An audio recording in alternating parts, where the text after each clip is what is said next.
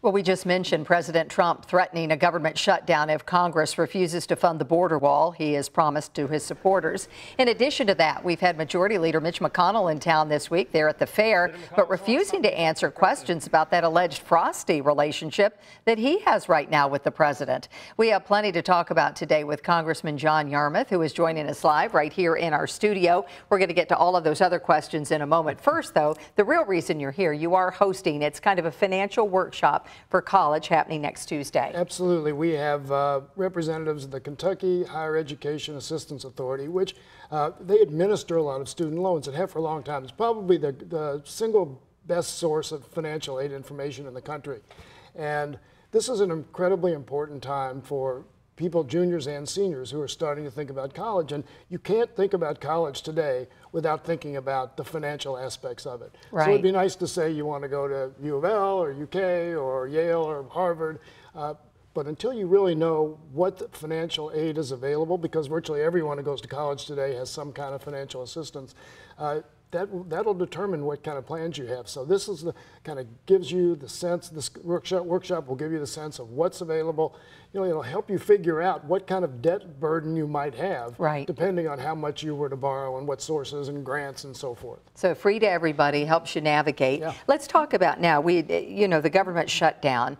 When you get back from recess, do you think it's going to happen? You said you don't think it will. What gives you that confidence if the president isn't going to back down? Well, I was there in 2013 when the government did shut down for 2 weeks, and I know how big a political cost Republicans potentially would have faced.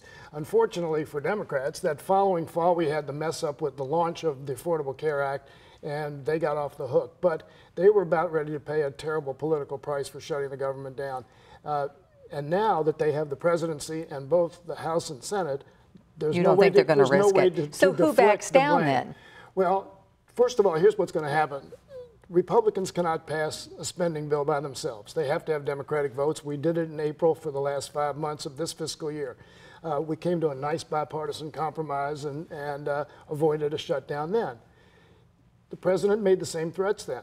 There's got to be money for the border wall in it. Well, there was some money for border security, but it actually was to repair and maintain fencing that was already there. So, you know, he could claim that he had some border wall money, but didn't really have any new border wall money. We're going to go to the wall on that. We think it's totally inappropriate, ineffective, and in fact immoral. So there are no Democrats who are going to vote for a spending bill if it has border wall funding in it, new border wall funding. And there will be a bipartisan bill passed. Mitch McConnell and Paul Ryan are determined to do that. They don't want to shut the government down.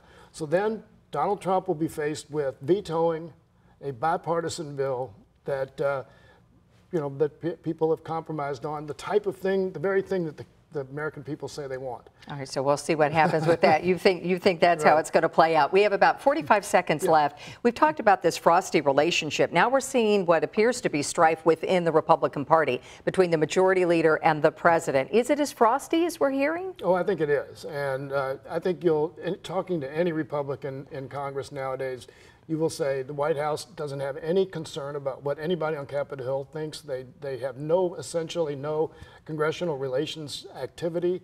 And I think this should be kind of liberating for Republicans in the House and the Senate, because they now know that Donald Trump is irrelevant in terms of the legislative process. He has no interest in it. So I think it actually could end up being a positive thing for the country.